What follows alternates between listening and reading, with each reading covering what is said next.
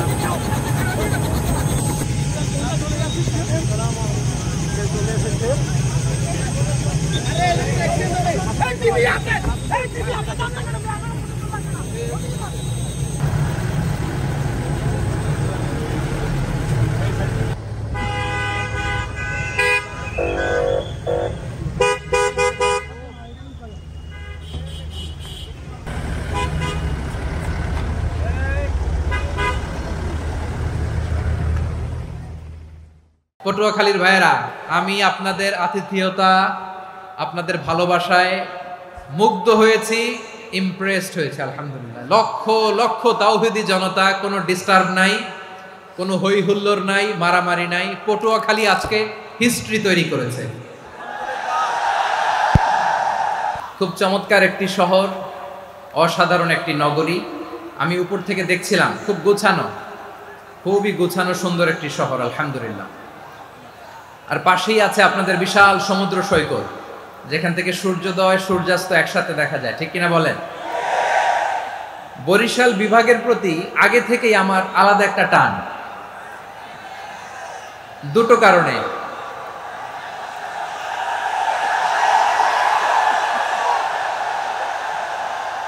আলহামদুলিল্লাহ, আলহামদুলিল্লাহ, মাশাআল্লাহ। এই গণজোয়ারকে আল্লাহ তাআলা ইসলামের পক্ষে কবুল করে নিক। এই প্রাণ ঢালা উচ্ছ্বাস, ভালোবাসা, এটা কোরআনের জন্য, ইসলামের জন্য। ঠিক কিনা বলেন? কোন অপশক্তি এই গণজোয়ারকে ঠেকাতে পারবে না, কারণ যে ভালোবাসা আল্লাহর জন্য হয় সেটাকে ঠেকানো যায় না। ঠিক কিনা বলেন? আমার প্রাণ প্রিয় পটুয়াখালীবাসী ভাইরা, বিশেষ দুটি কারণে বরিশাল বিভাগের প্রতি আমার আলাদা একটা ভালো লাগা। এর কারণ, এই অঞ্চলে আলেম ওলামা বেশি।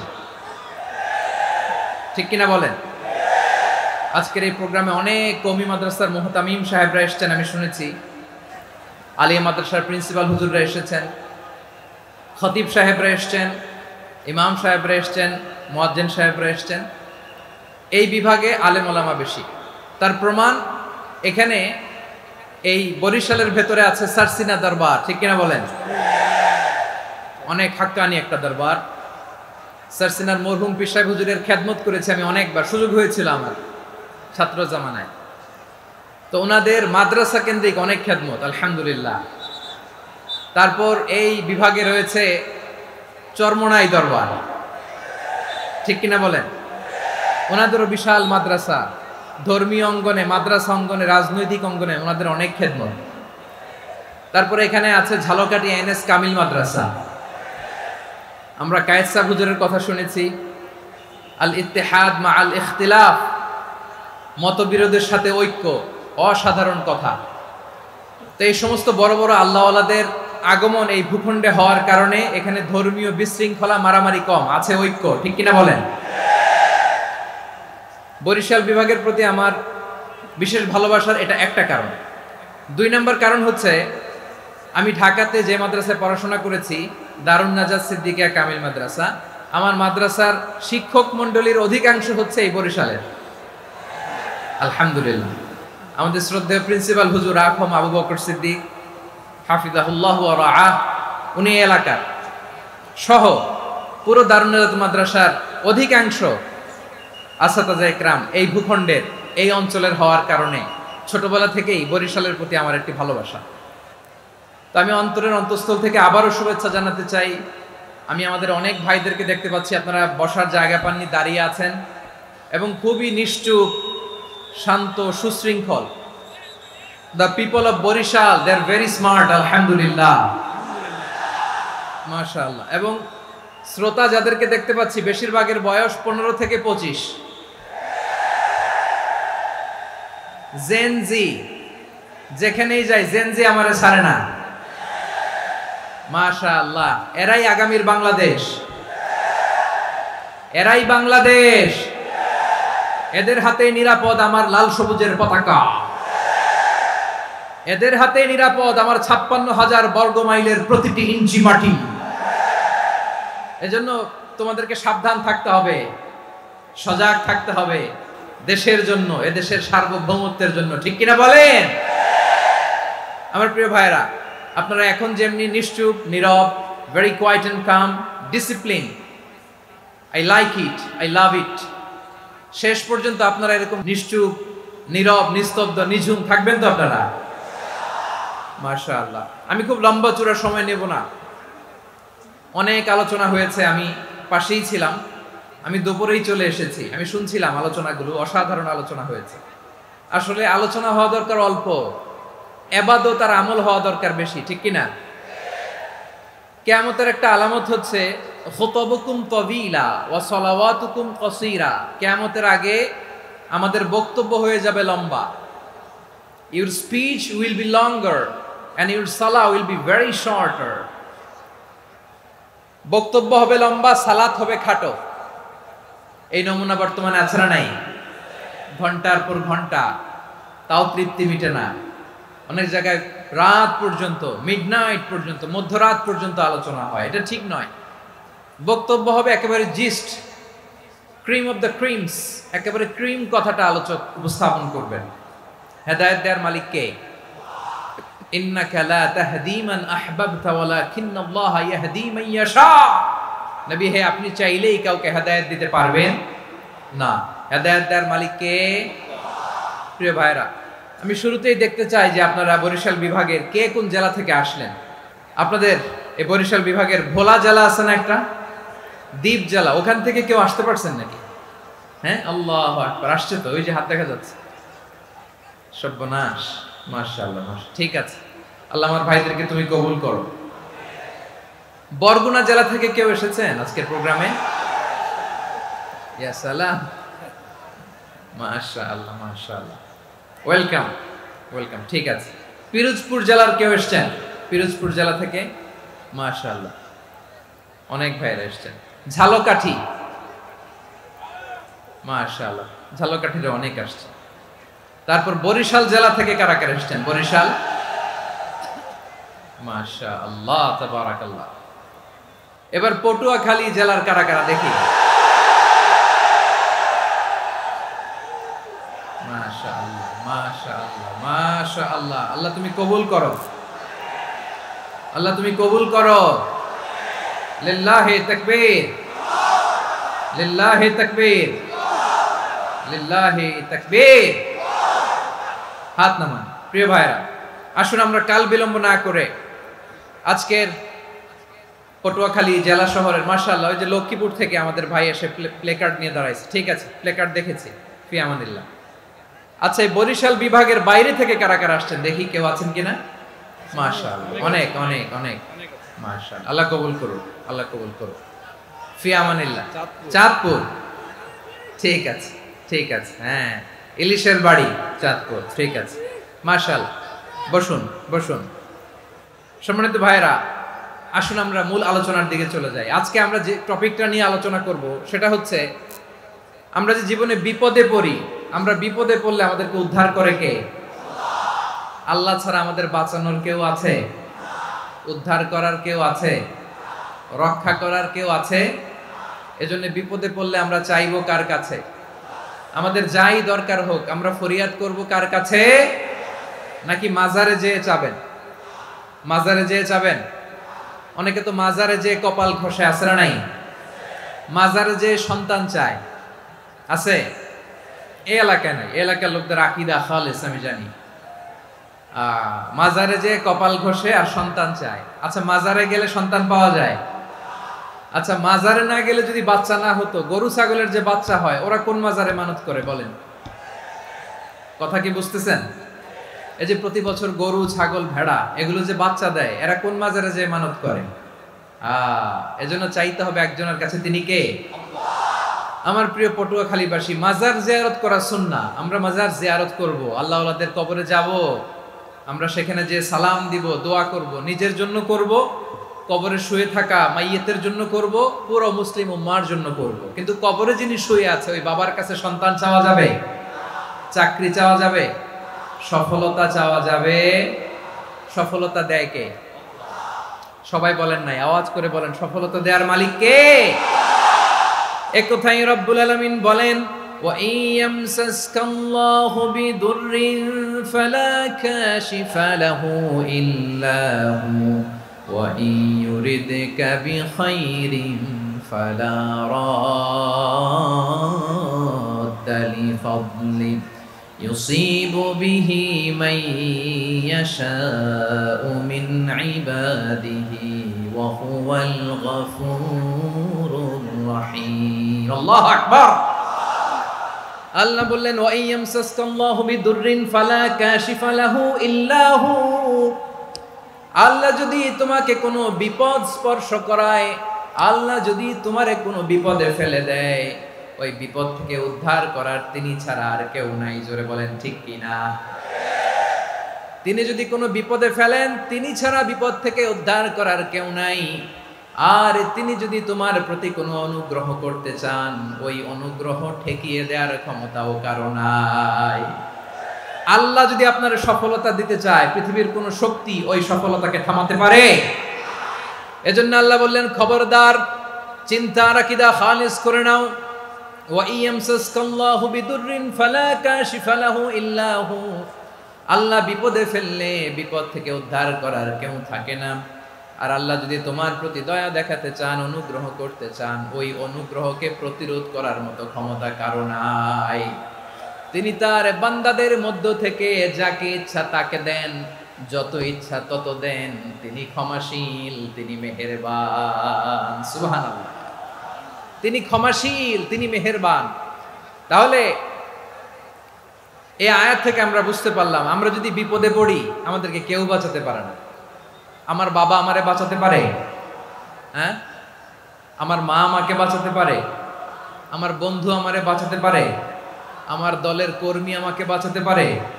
আমার পীর সাহেব আমারে বাঁচাতে পারে? আমার পটুয়াখালীর ভাইয়েরা খেয়াল রাখবেন, বাঁচাতে পারে এক মহান সত্তা, উদ্ধার করতে পারে এক মহান সত্তা। চিৎকার করে বলুন, তিনি কে?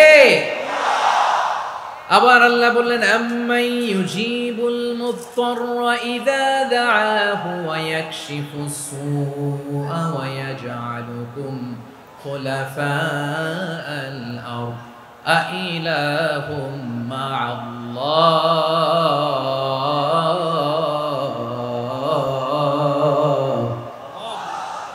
ক্বালিলাম মা তাযাক্কারুন। রব্বুল আলামিন বলেন, বিপদে পড়ে কাতর কণ্ঠে চিন্তাগ্রস্ত হয়ে যখন কেউ ফরিয়াদি হয়ে আল্লাহর ডাকে হাত তোলে, তখন এই ব্যক্তির ডাকে সাড়া দেয় কে?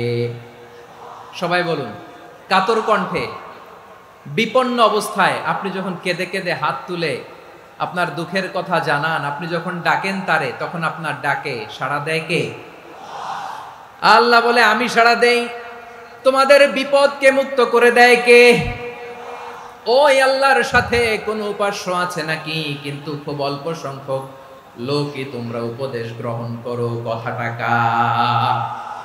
তাহলে বিপন্ন মানবতা যখন কাঁদে, মানুষ যখন বিপদে পড়ে নিরুপায় হয়ে ফরিয়াদ করে, তার ডাক শোনার কেউ নাই একজন ছাড়া। চিল্লায় বলেন তো তিনি কে? এজন্য আমরা ফরিয়াদের হাত কার দিকে তুলব? প্রিয় পটুয়াখালী বলেন, ফরিয়াদের দুটো হাত আমরা কার দিকে তুলব? এবং খেয়াল রাখতে হবে, মাথার সাথে সেট করে নিতে হবে, আল্লাহ ছাড়া আমাকে উদ্ধার করার কেউ নাই। এই পৃথিবীতে কেউ আপন না। প্রিয় ভাই, বিপদে পড়লে বোঝা যায় কেউ আপন না।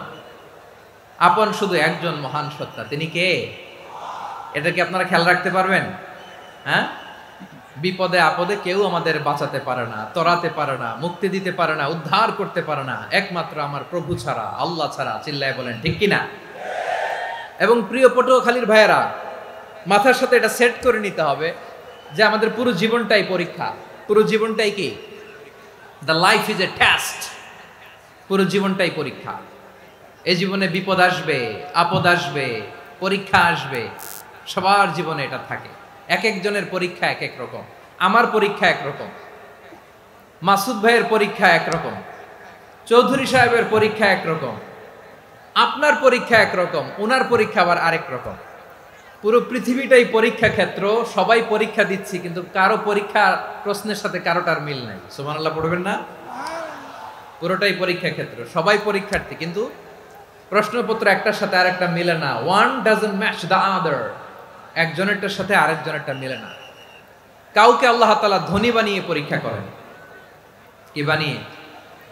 কথা কি বুঝতেছেন নাকি কষ্ট হচ্ছে? কষ্ট হচ্ছে আপনাদের? কাউকে আল্লাহ ধনী বানিয়ে পরীক্ষা করেন, আবার কাউকে আল্লাহ তাআলা গরিব বানিয়ে পরীক্ষা করেন, কাউকে আল্লাহ অসুস্থ বানিয়ে পরীক্ষা করেন। কেউ দেখবেন যে দুরারোগ্য ব্যাধিতে আক্রান্ত, ডাক্তার বলেছে আর সময় নাই, দুরারোগ্য ব্যাধি, ক্যান্সার, যার নেই কোনো অ্যান্সার, তার জন্য পরীক্ষা হচ্ছে এই রোগ। আরেক লোক দেখবেন তার আবার রোগ বালাই নাই, মাশাআল্লাহ, তাকে আল্লাহ তাআলা আর্থিক দৈন্যতা, দারিদ্রতা দিয়ে পরীক্ষা করছেন। এরকম আছে না নাই? টাকা পয়সা নাই, দিন আনে দিন খায়, যা আছে তাতে চলে না, এটা তার জন্য পরীক্ষা। আবার আরেক শ্রেণীর লোক দেখবেন তাকে আল্লাহ অসুস্থতাও দেয় নাই, দারিদ্রতাও দেয় নাই, তার দাম্পত্য জীবনের সমস্যা আছে না নাই? স্ত্রী কথা শোনে না, অথবা ছেলে মেয়ে কথা শোনে না। তাহলে পরীক্ষা সবার জীবনে আছে, এক একজনের পরীক্ষাটা এক এক রকম।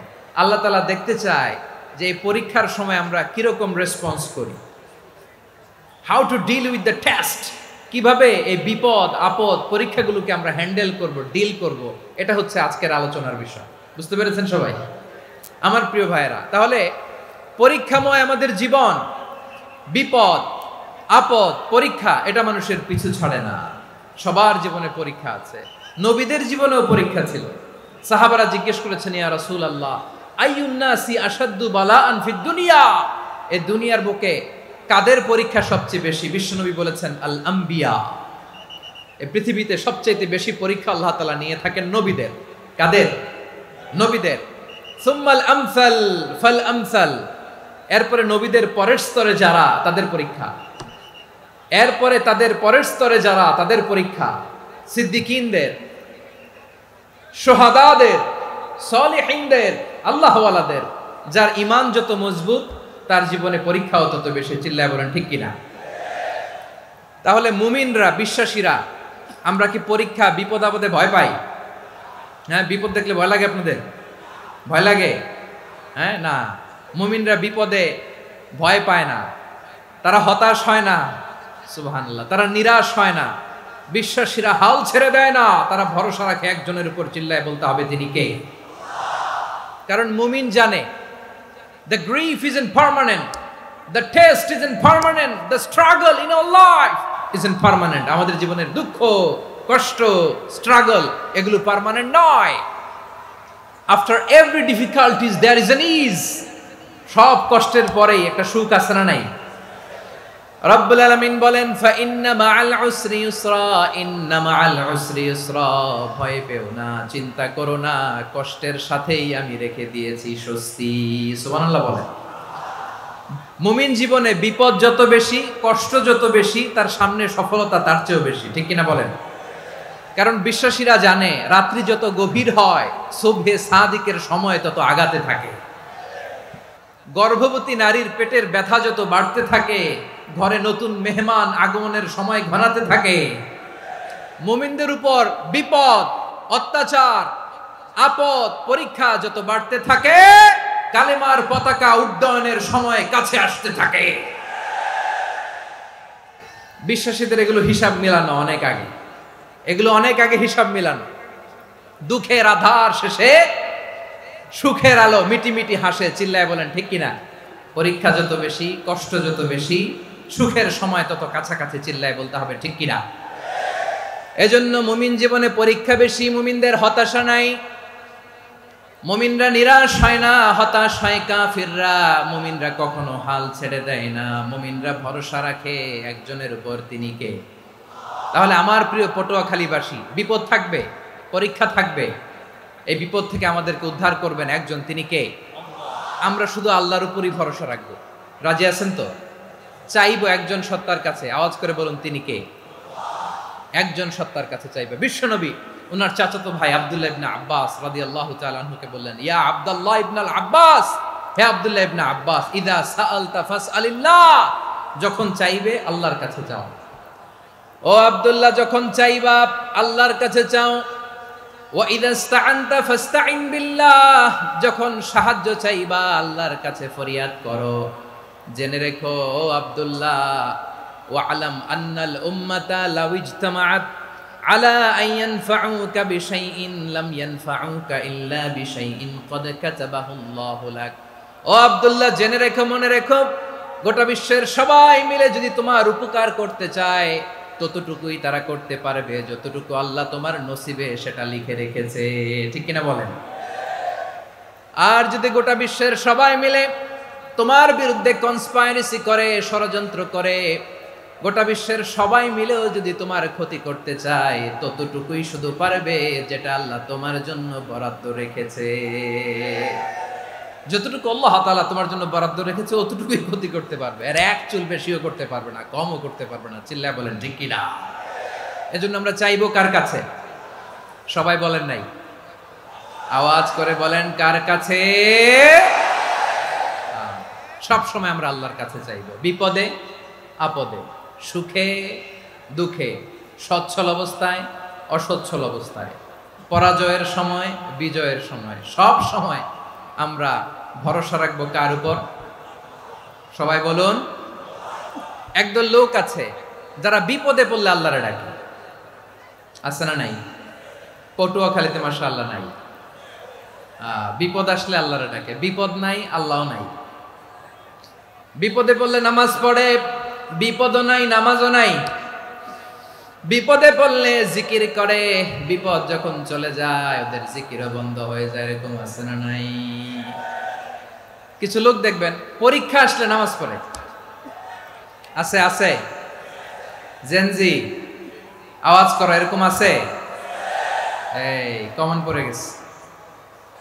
কিছু লোক আছে অসুস্থ হলে আল্লাহরে বড্ড ভালোবাসে, আল্লাহরে খুব ডাকে। অসুস্থ হইলে, অসুস্থতাও নাই, আল্লাহ স্মরণও নাই। দেখবেন কিছু লোক নির্বাচন আসলে খুব আল্লাহওয়ালা হয়ে যায়,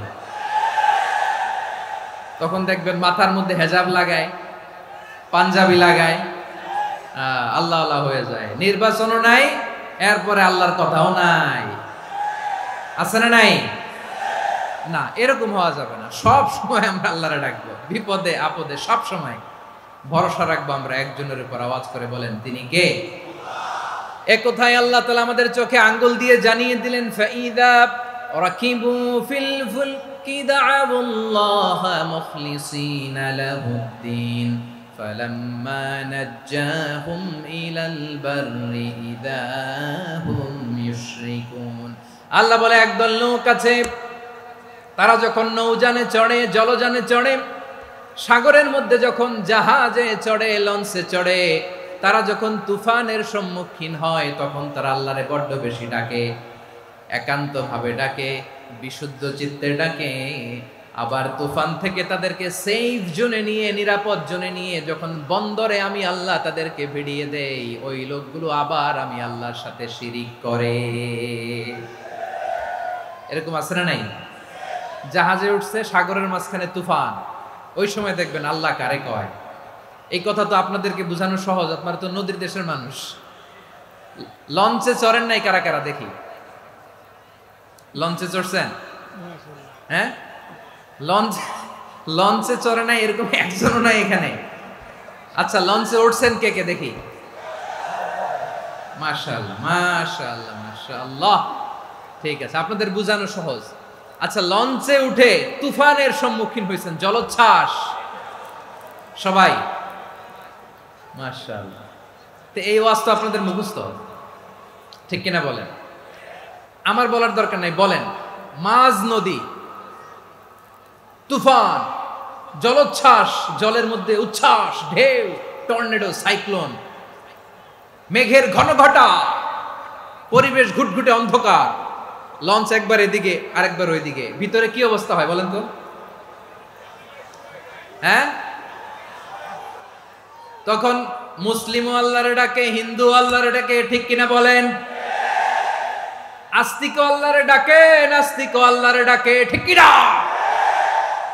লঞ্চের ভেতর, স্টিমারের ভেতর কান্নারে রোল পড়ে যায়, চিৎকারের রোল পড়ে যায়, সবার মুখ দিয়ে শুধু একটা আওয়াজ, লা ইলাহা ইল্লাল্লাহ, লা ইলাহা ইল্লাল্লাহ, লা ইলাহা সুবহানাল্লাহ, আলহামদুলিল্লাহ, লা ইলাহা।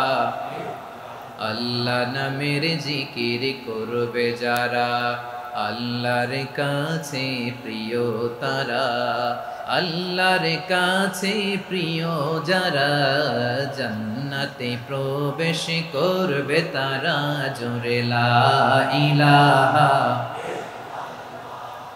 লা ইলাহা ইল্লাল্লাহ, লা ইলাহা ইল্লাল্লাহ, মুহাম্মাদুর রাসূলুল্লাহ সাল্লাল্লাহু আলাইহি ওয়াসাল্লাম। আমার প্রিয় পটুয়াখালীবাসী, তাহলে লঞ্চের ভেতরে যখন আমরা তুফানের মধ্যে পড়ি, তখন সবাই মিলে আমরা একটা নামের জিকির করি। নামটা কার? মুসলমানেরাও ডাকে, হিন্দুরাও ডাকে, আস্তিকও ডাকে, নাস্তিকও ডাকে, সবাই ডাকে একজনকে, তিনি কে? আবার দেখবেন ওই আল্লাহ তুফানের পরে, ঝড়ের পরে ওই লঞ্চটাকে যখন সদর ঘাটে ফিরিয়ে দেয়, আবার আমরা নাফরমানি শুরু করে দেই।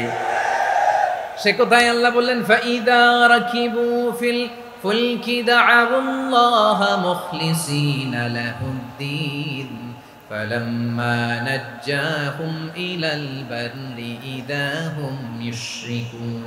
সাগরে যখন তুফানে পড়ে আমি আল্লাহর ডাকে, আবার আমি আল্লাহ যখন বাঁচিয়ে দেই, আবার আমি আল্লাহর সাথে শিরিক শুরু করে। আমরা কি এরকম হতে চাই নাকি? এরকম করবেন? হ্যাঁ না, আমরা তুফানে পড়লেও আল্লাহরে ডাকি, আবার বাঁচায় দেওয়ার পরেও ডাকি কারে? আল্লাহকেই ডাকি। বিমানের মধ্যে মাঝে মাঝে দেখবেন যে এয়ার টার্বুলেন্স হয়, জানেন? এয়ার টার্বুলেন্স জানেন তো? মাঝে মাঝে বিমানটা বাউন্সিং করে, বাম্পি, ভেরি বাম্পি ওয়েদার। শোনেন নাই? 40,000 ফিট উপরে যখন থাকে, তখন পাইলট মাঝে মাঝে বলে, dear passengers, ladies and gentleman, right now we are flying 40,000 feet above the ground and we are passing very air turbulence, very heavy air turbulence right now. Please fasten your seat belt. দেখবেন মাঝে মাঝে বলে যে, ভদ্র মহিলা, ভদ্র মহোদয়গণ, আমরা 40,000 ফিট উপর দিয়ে যাচ্ছি আর এয়ার টার্বুলেন্স ফেস করছি, মেহেরবানি করে আল্লাহর হস্তে সিট বেল্ট বাঁধুন। তখন বিমানটা এরকম বাউন্সিং করে, শেকিং করে। আপনারা মুখোমুখি হয়েছেন? ইদানিং এই এয়ার টার্বুলেন্স বেড়ে গিয়েছে। গত বছর আমার ইন্টারন্যাশনাল অনেকগুলো ফ্লাইট ছিল, তো আমি দেখলাম যে আগের ফ্লাইটগুলোর তুলনায় এখন এয়ার টার্বুলেন্স খুব বেশি। আমি একটু রিসার্চ করে দেখলাম, ক্লাইমেট চেঞ্জের কারণে, জলবায়ু পরিবর্তনের কারণে আকাশের বাতাসের মুভমেন্টে পরিবর্তন হয়েছে, ফলে এখন বিমান শেকিং করে বেশি, বাউন্সিং, বাম্পি ওয়েদার। তো বলেন তো 40,000 ফিট উপরে যখন আপনি, কয় হাজার ফিট, সবাই বলুন কয় হাজার ফিট, 40,000 ফিট উপরে যখন আপনি, তখন যখন বিমানটা এরকম বাউন্সিং করে, সবাই যখন ভমিটিং করে বিমান নষ্ট করে দেয়, বমি করে, তখন বাঁচানোর কে আছে আল্লাহ ছাড়া? কেউ আছে? ওই মুহূর্তেও সবাই মিলে একজনের ডাকে আওয়াজ করে বলেন তিনি কে? মাঝে মাঝে কিছু সোশ্যাল মিডিয়ায় কিছু ভিডিও পাওয়া যায় যে হেভি যখন এয়ার টার্বুলেন্স হয় 10 সেকেন্ড 15 সেকেন্ডের কিছু ভিডিও পাওয়া যায়, বিমানটা এরকম বাউন্সিং করছে, বাম্পি ওয়েদার, কাঁপছে, মানুষগুলো বমি করছে, অক্সিজেন মাসগুলো সব ঝুলে পড়েছে, বিমানটা শুধু কাঁপছে। তখন দেখবেন বিমানের ভেতরেও এরকম লঞ্চের মতো চিৎকার আছে না নাই? বিমানের ভেতরেও তখন চিৎকার। গত বছর হিথ্রো এয়ারপোর্ট থেকে সিঙ্গাপুর এয়ারলাইন্সের একটা ফ্লাইট, হিথ্রো টু চাঙ্গি, একটা ফ্লাইটে এমন বেশি এয়ার টার্বুলেন্সের শিকার হয়েছিল ওই এয়ারক্রাফটটা, 33 জন যাত্রী সেখানে আহত হয়েছে, একজন যাত্রী নিহত হয়েছে। কেবিন ক্রুজ, এয়ার হোস্টেস যারা আছে, একজনের নাক ফেটে, চোখ ফেটে, কপাল ফেটে, ব্লিডিং হয়ে শয়লা। প্রিয় ভাইয়েরা, ওই 40,000 ফিট উপরে বিমানটা যখন কাঁপবে, তখন আমাদেরকে আল্লাহ ছাড়া আর কেউ বাঁচানোর আছে? এত আসতে বললে হবে? ওই কঠিন মুহূর্তে আমার বাবা আমারে বাঁচাতে পারে, আমার বন্ধু আমারে বাঁচাতে পারে। এই গ্রাউন্ডে, জমিনের বুকে আমার প্রোটোকল, আমার ক্ষমতা, আমার দাম্ভিকতা, কোনো কিছু আমারে বাঁচাতে পারে একজন ছাড়া। চিল্লায় বলতে হবে তিনি কে? সে আল্লাহ বললেন, গোলাম আমি বিপদের সময় ঠিকই তোমাদের বাঁচিয়ে দেই। ওই বিমানের ভেতরে 40,000 ফিট উপরে যখন তোমরা এয়ার টার্বুলেন্সের শিকার হও, তখন নাস্তিকও আল্লাহরে ডাকে, হিন্দু আল্লাহরে ডাকে। জোরে বলেন ঠিক কিনা? আবার বিমানটা যখন শান্ত হয়ে যায়, একটু পরেই বিমানের স্ক্রিনের মধ্যে হিন্দি সিনেমা খোঁজে। বিমানের স্ক্রিনে কিন্তু বিশাল ওখানে আফলাম ফিল্মের একেবারে বোঝাই করা। বিমানটা শান্ত হলে আবার হিন্দি সিনেমা দেখা শুরু করে। একটু আগে ডাকছিল কারে? দেখবেন বাংলাদেশে আমাদের ক্রিকেটাররা যখন অন্য কোনো দেশের সাথে খেলে, অনেক সময় এমন হয় বল বাকি একটা, রান দরকার 6টা। বল বাকি কয়টা? পটুয়াখালী বুঝে নাই বোধহয়। বল বাকি কয়টা? একটা। রান দরকার। আপনি দেখবেন ক্যামেরাম্যান তখন গ্যালারিতে খালি দেখায় দর্শকদের যে কি অস্থিরতা। হিপ হপ স্টাইলের মেয়েটা, যে মেয়েটার ওড়না এতক্ষণ ছিল গলায়, এতক্ষণ কই ছিল, ওই মেয়েটা দেখবেন ওড়নাটা টেনে মাথায় দিয়ে এরকম মুনাজাত ধরতেছে, আল্লাহ আল্লাহ, একটা সক্কা, আল্লাহ আল্লাহ, আমার লাল সবুজের পতাকারে তুমি অপমানিত কইরো না আল্লাহ, ইন্ডিয়ার সাথে আমাদের খেলা, আল্লাহ আল্লাহ, একটা সক্কা, একটা। পুরো খেলা জুড়ে এই মেয়ের ওড়না ছিল গলায়, কিন্তু যখন এক বলে 6 রান দরকার, ওড়না চলে আসছে কোথায়? মাথায়। আবার মুনাজাত আছে না নাই? ঠিকই বাংলাদেশের দামাল ছেলে এমন এক শট মারলো, বল চলে গেল স্টেডিয়ামের বাইরে, ছক্কা, জিতে গেলাম আমরা। পুরো স্টেডিয়াম জুড়ে চিৎকার, হই হুল্লোর, মৌজ মাস্তি। যেই মেয়েটা মাথার মধ্যে ওড়না দিয়ে এতক্ষণ সুবহানাল্লাহ সুবহানাল্লাহ বলে আল্লাহর কাছে দোয়া করেছে, ওই মেয়ে এখন আবার ওড়না ফেলে দিয়ে নাচা শুরু করে দিয়েছে। তাহলে আল্লাহর ভয়, আল্লাহর প্রতি আস্থা, বিশ্বাস, ভালোবাসা, এটা কি ক্ষণিকের জন্য? মানে আমার যখন লাগবে তখন আল্লাহরে ইউজ করবো নাকি? হ্যাঁ, বিপদে আপদে, সুখের সময় দুঃখের সময়, সচ্ছল অসচ্ছল অবস্থায় বিশ্বাসীরা ভরসা রাখে একজনের উপর। চিৎকার করে বলো, পটুয়াখালী তিনি কে? সে আল্লাহ বললেন, গোলাম মনে করো না জাহাজ থেকে সদরঘাটে ভিড়িয়ে দিলাম, তুমি নিরাপদ হয়ে গেছো। মনে করো না 40,000 ফিট থেকে সেফ ল্যান্ডিং এর পরে এয়ারপোর্টে নেমে গেলেই তুমি নিরাপদ হয়ে গেছো। ও মিয়া, বিপদ কি শুধু সাগরে আর আকাশে? ঘরের বিপদও, ঘরের ভেতরও বিপদ আসতে পারে কি পারে না?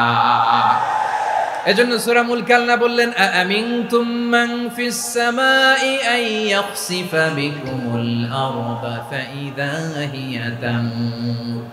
তোমরা কি ভাবছো তোমরা নিরাপদ? সাগরের মধ্যে তুফান, আল্লাহ আল্লাহ ডাকলাম, সদরঘাটে যেয়ে পড়ছি, বাইসা গেছেন তো আপনি? আর পাবে আপনারে আল্লাহ? আল্লাহর তো সাগরের মাঝখানে তো আল্লাহ আপনারা পাইছিল, আর তো পাবে না, আর পাবে আপনারে? আর আল্লাহ ধরতে পারবে আপনারে? ঘরের ভেতরও বিপদ দিয়ে আটকাতে পারে কে? 5 স্টার 7 স্টার হোটেলের ভেতরও আমাকে বিপদের মধ্যে ফেলে দিতে পারেন কে? আল্লাহ বললেন, তোমরা কি ভেবেছো তোমরা নিরাপদ? আমি চাইলে ল্যান্ডস্লাইডস, ভূমি ধস দিয়ে 1 লক্ষ এক মুহূর্তে নিয়ে যেতে পারি। এক সুনামি দিয়ে থাপ্পড় মেরে 3 লক্ষ সাগরের ভেতরে ঢুকায় দিতে পারি। 1 সেকেন্ডও লাগে না আমার।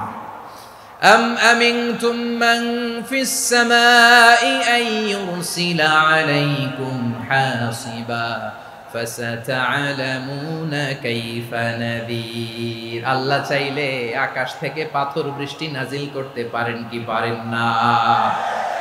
এই মুহূর্তে এখানে ভূমিকম্প দিতে পারেন কি পারেন না?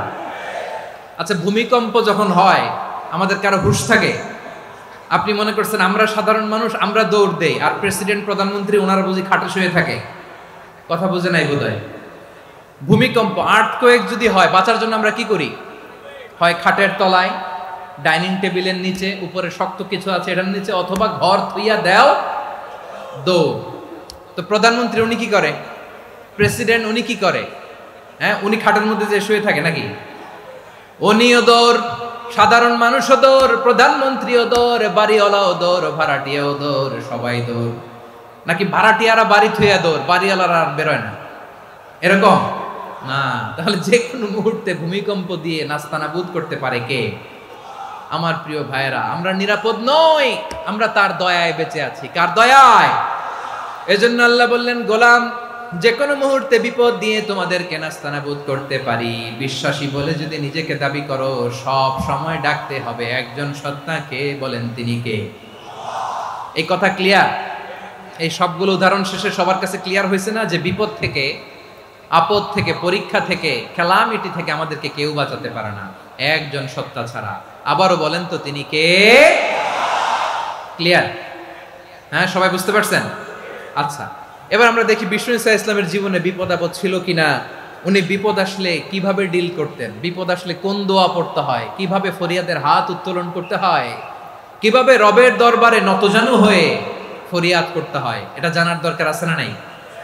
আসুন আমরা বিষ্ণুনবীর জীবনী থেকে দেখি বিপদ আসলে উনি কি করতেন। বিপদ আসলেই প্রথমে বিষ্ণু ঈসা ইসলাম একটা দোয়া পড়তেন। কি পড়তেন? তিনি পড়তেন, ইন্না লিল্লাহি ওয়া ইন্না ইলাইহি রাজিউন। নিশ্চয় আমরা আল্লাহর জন্য, নিশ্চয় আমরা কার দিকে ফিরবো ভাই? আবার কার দিকে ফিরবো? আওয়াজ করে বলুন তো, আমরা এসেছি কার কাছ থেকে, আবারও ফিরে যাব কার কাছে? এজন্য বিষ্ণুই পড়ছেন, ইন্না লিল্লাহি ওয়া ইন্না ইলাইহি রাজিউন। নিশ্চয় আল্লাহর জন্য, ওই আল্লাহর দিকেই আমরা ফিরে যাব। তারপরে বিশ্বনবী পড়তেন, আল্লাহুম্মা আজুরনি ফি মুসিবাতি ওয়াখলুফ লি খায়রাম মিনহা।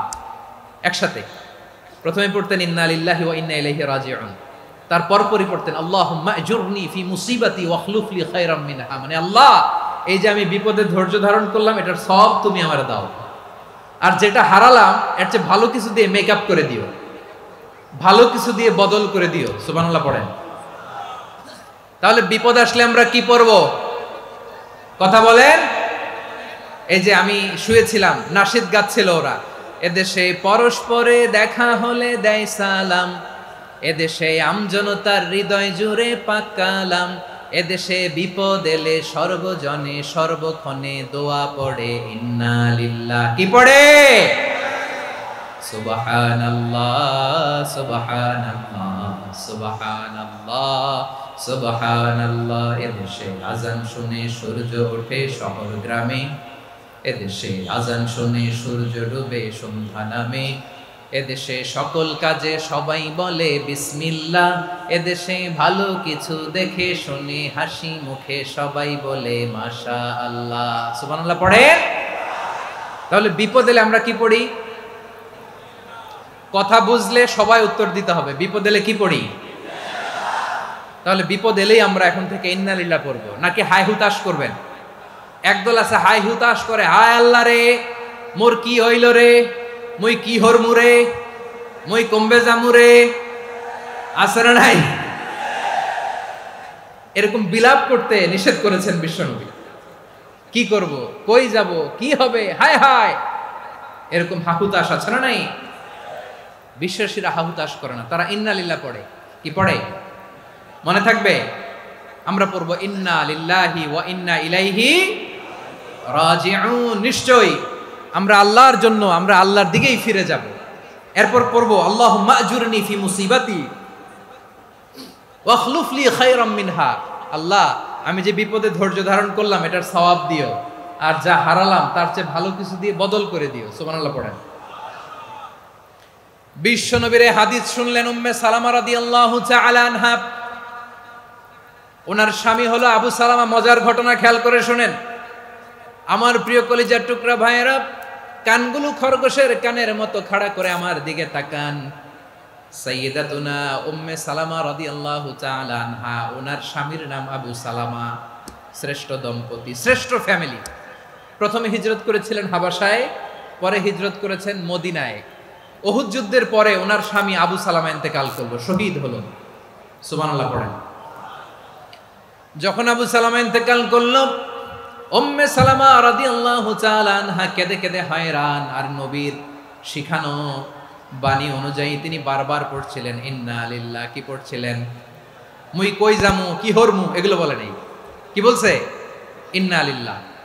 যেহেতু বিশ্বনবী বলেছেন কেউ যদি বিপদের প্রথম ধাক্কায় পড়ে ইন্না লিল্লাহি ওয়া ইন্না ইলাইহি রাজিউন, আল্লাহুম্মা আজুরনি ফি মুসিবাতি ওয়াখলুফ লি খায়রাম মিনহা, তাহলে এই বিপদে যে সে যা হারালো তার চেয়ে শ্রেষ্ঠ কিছু দিয়ে আল্লাহ তার বদল দিয়ে দিবে।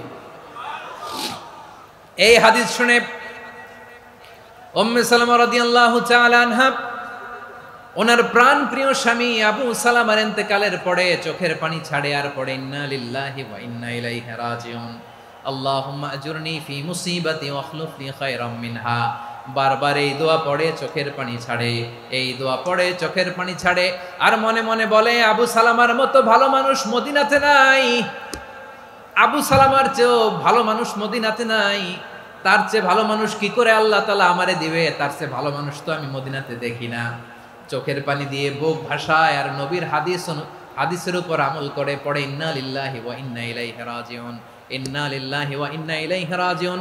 পড়তে পড়তে চোখের পানি ছাড়ে আর চিন্তা করে বিশ্বনবী বললেন এই দোয়া পড়লে যেটা হারালাম তার চেয়ে ভালো কিছু দিয়ে আল্লাহ পুরস্কার দেয়। আবু সালামের চেয়ে ভালো মানুষ মদিনার মধ্যে আর কে হতে পারে?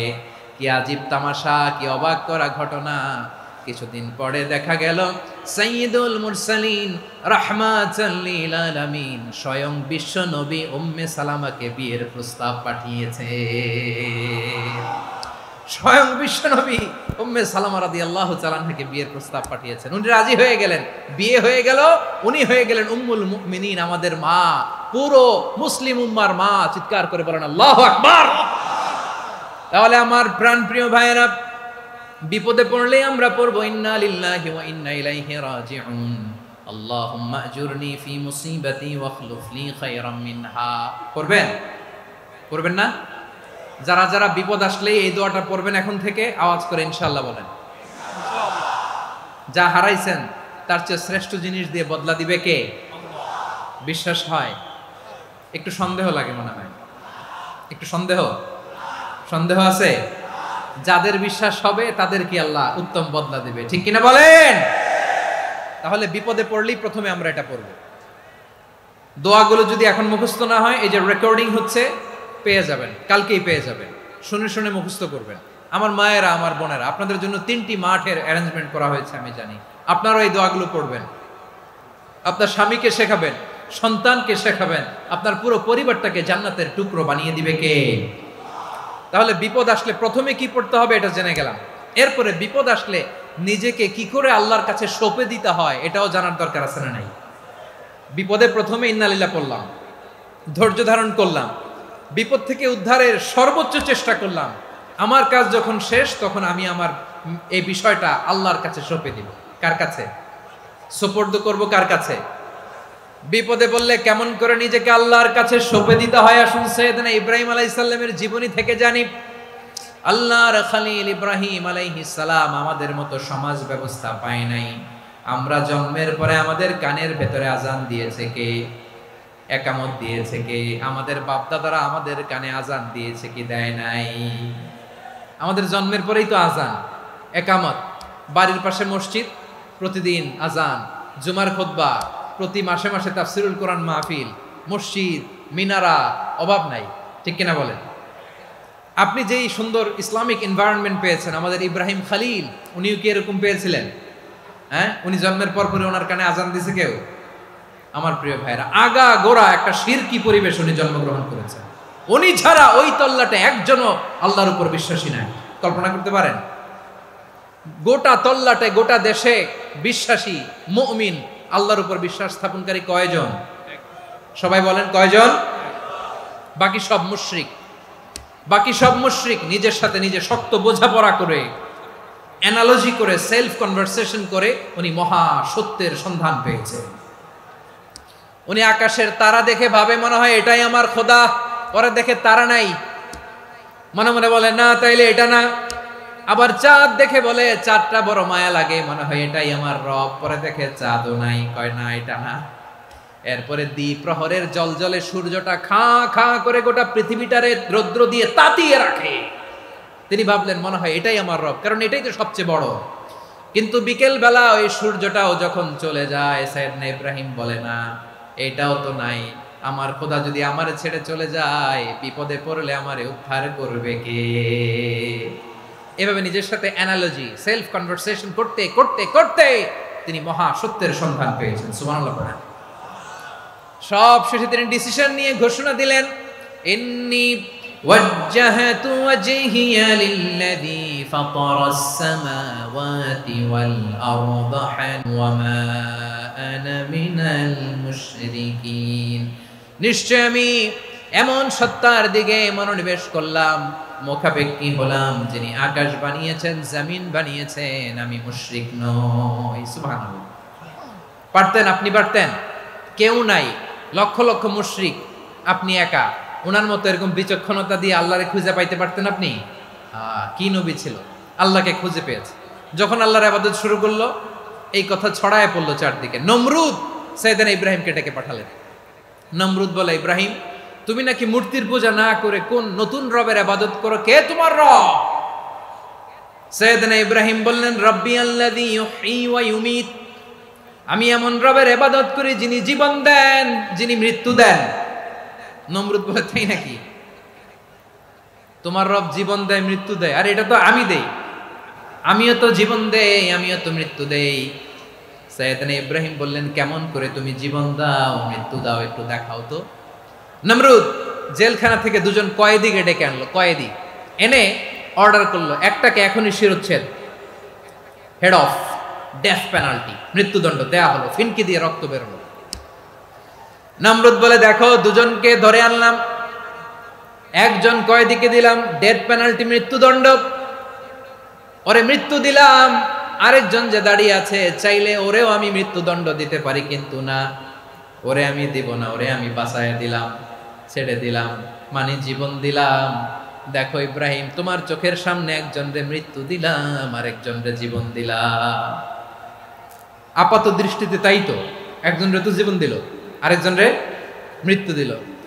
সাইয়েদনা ইব্রাহিম এবার বিপাকে পড়ে গেলেন। কিন্তু এক একজন নবীকে আল্লাহ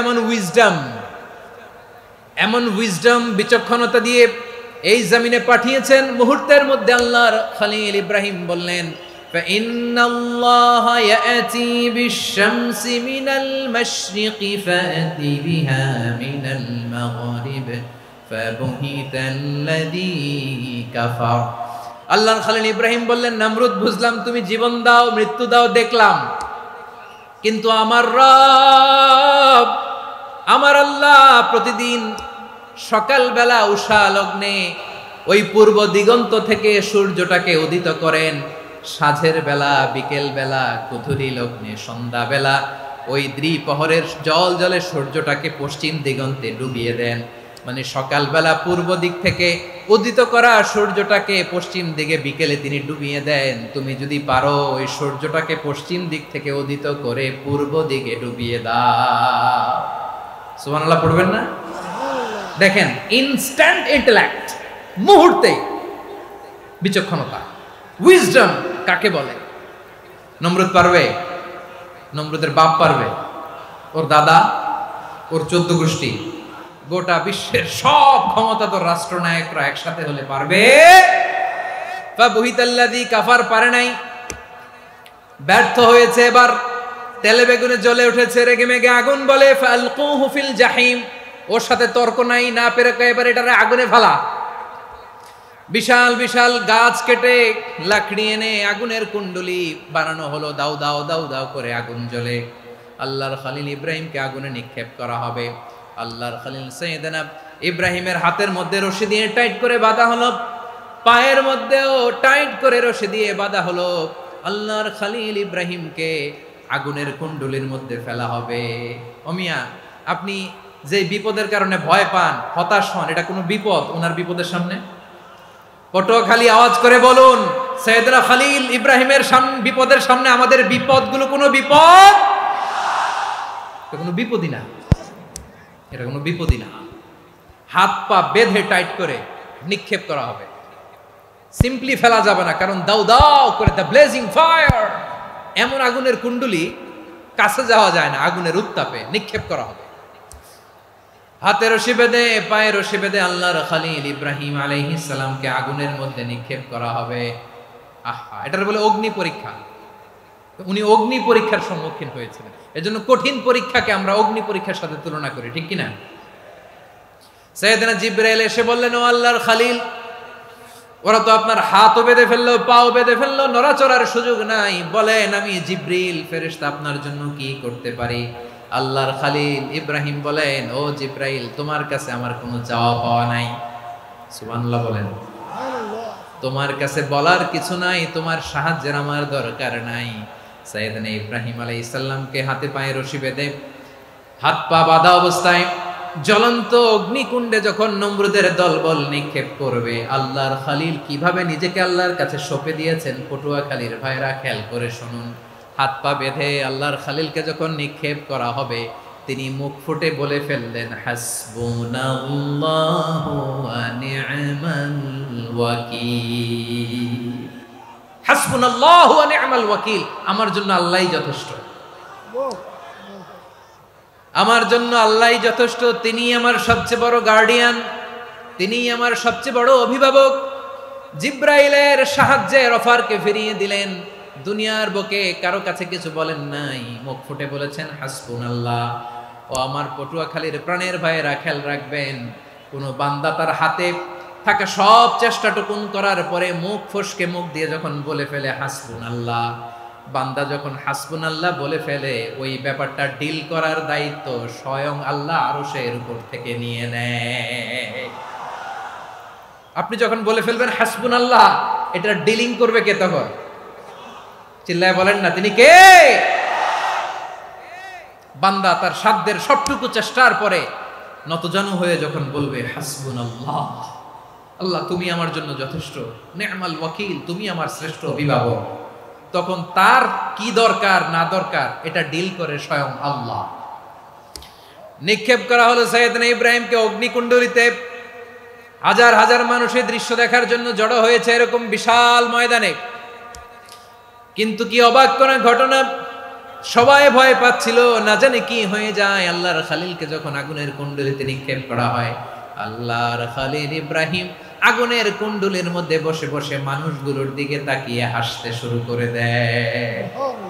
কারণ আকাশ থেকে রব্বুল আলামিন স্পেশাল ভার্ডিক্ট নাজিল করেছেন, স্পেশাল হুকুম জারি করেছেন, কুলনা ইয়া নারু কুনি বারদান ওয়া সালামান আলা ইব্রাহিম। ও আগুন, খবরদার, সৃষ্টির শুরু থেকে তোকে একটা ধর্ম আমি বাতলে দিয়েছিলাম, তোর ধর্ম, আগুনের ধর্ম হলো যা পাবে জ্বালিয়ে সারখার করবে। আল্লাহ বলল, আগুন, তোর ধর্ম দিয়েছিলাম, তুই সব জ্বালিয়ে পুড়িয়ে সারখার করে দিবি, কিন্তু ক্ষণিকের জন্য আমি তোর জ্বালিয়ে দেওয়ার ক্ষমতাটাকে কেড়ে নিলাম, জ্বালিয়ে ভস্ম করে দেওয়ার ক্ষমতা আমি কেড়ে নিলাম। কুনি বারদান, ঠান্ডা হয়ে যা, কিন্তু এত বেশি ঠান্ডা হবি না আবার আমার ইব্রাহিমের জন্য সর্দি লেগে না যায়। সুবহানাল্লাহ, এত আসতে বললে হবে? কুনি বারদান, বার্দ মানে বরফ, ঠান্ডা, ঠান্ডা হ, কিন্তু এত ঠান্ডা হবি না যাতে আমার ইব্রাহিমের কষ্ট হয়। আগুন বলে, আল্লাহ একবার বললাম ঠান্ডা হ, আবার বলো এত ঠান্ডা হবি না যাতে খালিলের সর্দি না লাগে। কেমন ঠান্ডা হব, কেমন এনভায়রনমেন্ট তৈরি করে দেব বলো। আল্লাহ বললেন সালামান আলা ইব্রাহিম, আমার খলিল, আমার কলিজা, আমার ইব্রাহিমের জন্য তুই জান্নাতের গুল বাগিচা হয়ে যা। ও ভাই, নবী মুসার মতো ঈমান হলে রাস্তা হবে সাগর জলে, নবী ইউসুফের মতন ঈমান হলে একে একে দরজা খোলে। নবী ইব্রাহিমের মতন ঈমান যদি আজও থাকে বিদ্যমান, অগ্নিকুণ্ডে দেখতে পাবে খুবসুরতে ফুল বাগান। কুলনা ইয়া নারু কুনি বারদান ওয়া সালামান আলা ইব্রাহিম। বান্দা যখন মুখ দিয়ে বলে হাসবুনাল্লাহ, আমার আল্লাহ আমার জন্য যথেষ্ট, এই বলে যখন নিজেকে সঁপে দেয়, তার কি লাগবে ওই দায়িত্ব স্বয়ং নিয়ে নেয় কে? সবাই বলেন স্বয়ং নিয়ে নেয় কে? তাহলে আমার প্রিয় ভাইরা, বিপদের শুরুতেই আমরা বলবো ইন্না লিল্লাহ। শুরুতে কি বলবো? এরপরে যেই বাক্যটা পড়ে নিজের পরিস্থিতিকে আল্লাহর দরবারে সঁপে দিব, সেটা হচ্ছে হাসবুনাল্লাহ। সেটা কি? বিষ্ণু বলেন লা ইয়াজালু লিসানুকা রাতাবান মিন যিকরিল্লাহ, সব সময় আল্লাহর স্মরণ দিয়ে, জিকির দিয়ে জিহ্বাটারে সিক্ত রাখো। আর শয়তানু জাসিমুন আলা কলবি ইবনে আদম, শয়তান বনি আদমের কলবে খামচি মেরে বসে থাকে।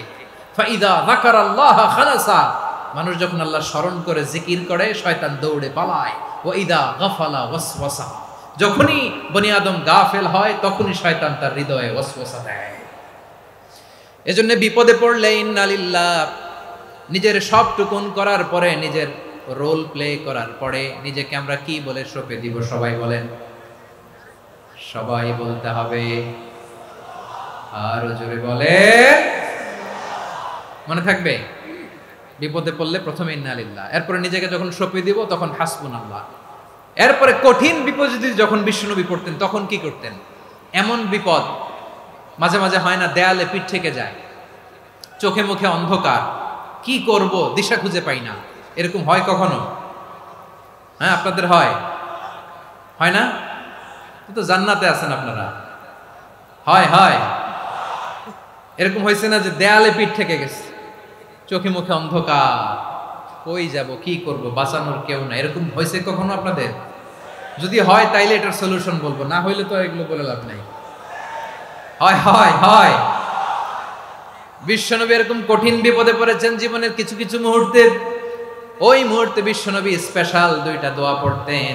এই দোয়াগুলো আপনাদেরকে জানিয়ে দেয়। বিশ্বনবী বলেন, কঠিনতম বিপদে যখন পড়বা, দেয়ালে পিঠ থেকে যায়, চোখে মুখে অন্ধকার, বাঁচার কোনো উপায় নাই, তখন পড়বা লা ইলাহা ইল্লা আনতা সুবহানাকা ইন্নী কুনতু মিনাজ জালিমিন।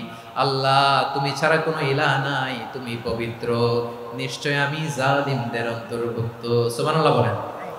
এই দোয়া সাইয়েদনা ইউনূস আলাইহিস সালাম পড়েছিলেন যখন মাছের পেটে ছিলেন। কিসের পেটে? এবং অনেক মুফাসসিরিন একরাম বলেছেন, অনেক আহলুল ইলমরা বলেছেন, এটা হচ্ছে ইসমে আজম। ইসমে আজম এমন দোয়া যেটা দিয়ে দোয়া করলে আল্লাহ দোয়া কবুল করে, কিন্তু এটা কোনটা, এটা নিয়ে ইখতিলাফ আছে। কোন আহলুল ইলম বলেন এই লা ইলাহা ইল্লা আনতা সুবহানাকা ইন্নী কুনতু মিনাজ জালিমিন, এটা হচ্ছে ইসমে আজম। সাইয়েদনা ইউনূস আলাইহিস সালাম পড়েছেন। আপনারা পড়েননি? তুফান হইলে পড়েন না? আমাদের এলাকায় তো এটা খুব, এটার উপর ব্যাপক আমল আছে। পটুয়াখালীতে কি অবস্থা বলেন? পড়েন পড়েন পড়েন পড়েন। একটা গল্প শুনেছিলাম, পাক হানাদার বাহিনী যখন বাংলাদেশে অ্যাটাক করত, ৭১ সালের ঘটনা বলতেছে, আমরা তো দেখি নাই, শুনছি আর কি। ৭১ যদি দেখতাম, এতদিনে রাজাকার হয়ে যেতাম। আল্লাহ আমাদেরকে বাঁচাই দিছে, আল্লাহর মেহেরবানি, ঠিক কিনা বলেন? মন মতো হইলে মুক্তিযোদ্ধা, মন মতো না হইলে রাজাকার। কত কিছু দেখলাম এই শাহবাগের বুকে। আল্লাহ, ৭১ সালে দেখি নাই, আমরা শুনেছি পাক হানাদার বাহিনী জিজ্ঞেস করত মুসলিম না অমুসলিম চেক করার জন্য, বলতো কালেমা বল, কালেমা বাতাও। তো যারা কালেমা বলতে পারতো পাকিস্তানি বাহিনী নাকি ওদেরকে ছেড়ে দিত, শুনেছি। তো একজনকে এক বাঙালি রে পেয়ে তার মাথার মধ্যে বন্দুকর নল ধরে বলতেছে কালেমা বল সালে কালেমা বাতা, কালেমা বল। তো ভয়ের চোটে এই দোয়া পড়া শুরু করছে। ও পড়তেছে লা ইলাহা ইল্লা আনতা সুবহানাকা ইন্নী কুনতু মিনাজ জালিমিন। পাকিস্তানি বলে সালে ইয়ে তো মুসিবত কা কালেমা है, বাঙালি কয় হাম তো ভি মুসিবত মে है। পাকিস্তানি বলে বেটা কোন দোয়া বললি, এটা তো মুসিবতের কালেমা। কয় আমিও তো মুসিবতে আছি, আমার মাথার মধ্যে বন্দুক ধরে তুমি আমার কালেমা জিজ্ঞেস করো, এখন কোনটা কালিমা আর কোনটা কি দোয়া, আমার হুশ আছে নাকি? প্রিয় ভাইরা, আসলে এটা দোয়াউল মুসিবা, বিপদে পড়লে এ দোয়া পড়তে হয়। লা ইলাহা ইল্লা আনতা সুবহানাকা ইন্নী কুনতু মিনাজ জালিমিন। এটা পড়বেন আপনারা। এই দোয়া পড়ে সাইয়েদনা ইউনূস আলাইহিস সালাম মাছের পেট থেকে রক্ষা পেয়েছিলেন। রক্ষা করেছিল কে? তুমি ইউনূস নবীরে যখন খাইলো মাছেতে গিলিয়া, ফেরেশতা পাঠাইয়া দিলে ইসমে আজম দিয়া। প্রাণে ছিল যাহার ভয় সেথা পাইল আশ্রয়, প্রাণে ছিল যাহার ভয় সেথা পাইল আশ্রয়। মাছের পেট হতে সে যে পেল পরিত্রাণ। আল্লাহু আল্লাহু তুমি জাল্লে জালালুহু, শেষ করা তো যায় না গে তোমার গুণগান। আল্লাহু আল্লাহু সুবহানাল্লাহ পড়ে। লা ইলাহা ইল্লা আনতা সুবহানাকা ইন্নী কুনতু মিনাজ জালিমিন। বিশ্বনবী বললেন দেয়ালে পিঠ থেকে গেলে, চোখে মুখে অন্ধকার, বাঁচার কোনো উপায় নাই, তখন এই দোয়াটা পড়তে হবে। এই দোয়া পড়ে আল্লাহর কাছে ফরিয়াদ করলে বিপদ মুক্ত করবেন কে? কেন এই দোয়াটা আল্লাহর কাছে বড্ড প্রিয় জানেন আমার ভাইয়েরা? কারণ এই দোয়ার মধ্যে তিনটা জিনিস আছে। আমি যেরকম আঙ্গুল উঁচু করেছি এরকম করেন তো। তিনটা। কয়টা? তিনটা। এক নম্বরে হচ্ছে তাওহীদ, দুই নম্বরে তাসবিহ, তিন নম্বরে তাকরীর। আই রিপিট, আবারও বলছি, এক নম্বরে তাওহীদ, দুই নম্বরে তাসবিহ, তিন নম্বরে তাকরীর। এ দোয়াটা আল্লাহর কাছে এত পছন্দনীয় কারণ এ দোয়ার প্রথম অংশে আছে তাওহীদ, আল্লাহর একত্ববাদের ঘোষণা। লা ইলাহা ইল্লা আনতা, ও আল্লাহ আপনি ছাড়া কোনো ইলাহ নাই, উপাস্য নাই। এ কথা বললে আল্লাহ বড্ড খুশি হয়ে যায়। সুবহানাল্লাহ পড়েন। এ দোয়ার দ্বিতীয় অংশে আছে তাসবিহ, মানে আল্লাহর প্রশংসা, প্রশংসা সূচক বাণী। সুবহানাক সুবহানাক সুবহানাক, ও আল্লাহ আমি আপনার পবিত্রতা ঘোষণা করছি। সুবহানাক, এ কথা শুনলেও আল্লাহ খুশি হয়ে যায়। সুবহানাল্লাহ পড়েন। এই দোয়ার তৃতীয় অংশে আছে তাকরীর, তাকরীর মানে পাপের স্বীকৃতি। তাকরীর মানে কি? তাকরীর মানে পাপের স্বীকৃতি। এই দোয়ার তৃতীয় অংশে আছে ইন্নী কুনতু মিনাল জালিমিন, ও আল্লাহ আমি জালিমদের অন্তর্ভুক্ত। আল্লাহ আল্লাহ আমি জালেম, আল্লাহ আমি ভুল করেছি, অন্যায় করেছি, আল্লাহ আমি জালেমদের অন্তর্ভুক্ত। এই পাপের স্বীকৃতি, অ্যাকনোলেজমেন্ট আল্লাহ বড্ড পছন্দ করে। যখন আল্লাহর কাছে আপনি ছোট হবেন, ছোট হতে হতে যত ছোট হবেন ওই দৃশ্যটা দেখতে আল্লাহ বড্ড পছন্দ করে। সুবহানাল্লাহ বলে। তিন নম্বর অংশ ইন্নী কুনতু মিনাজ জালিমিন, আল্লাহ আমি জালেমদের অন্তর্ভুক্ত। সাইয়েদনা আদম আলাইহিস সালাম ভুল করে যখন নিষিদ্ধ গাছের ফুল খেয়ে ফেললেন, ফল খেয়ে ফেললেন, আল্লাহ বললেন আদম ক্ষমা পেতে চাইলে তুমি আর হাওয়া মিলে স্বীকৃতি দাও, পাপের স্বীকৃতি আর পড়ো। রব্বানা যালামনা আনফুসানা ওয়া ইল্লাম তাগফির লানা ওয়া তারহামনা লানাকুনান্না মিনাল খাসিরিন।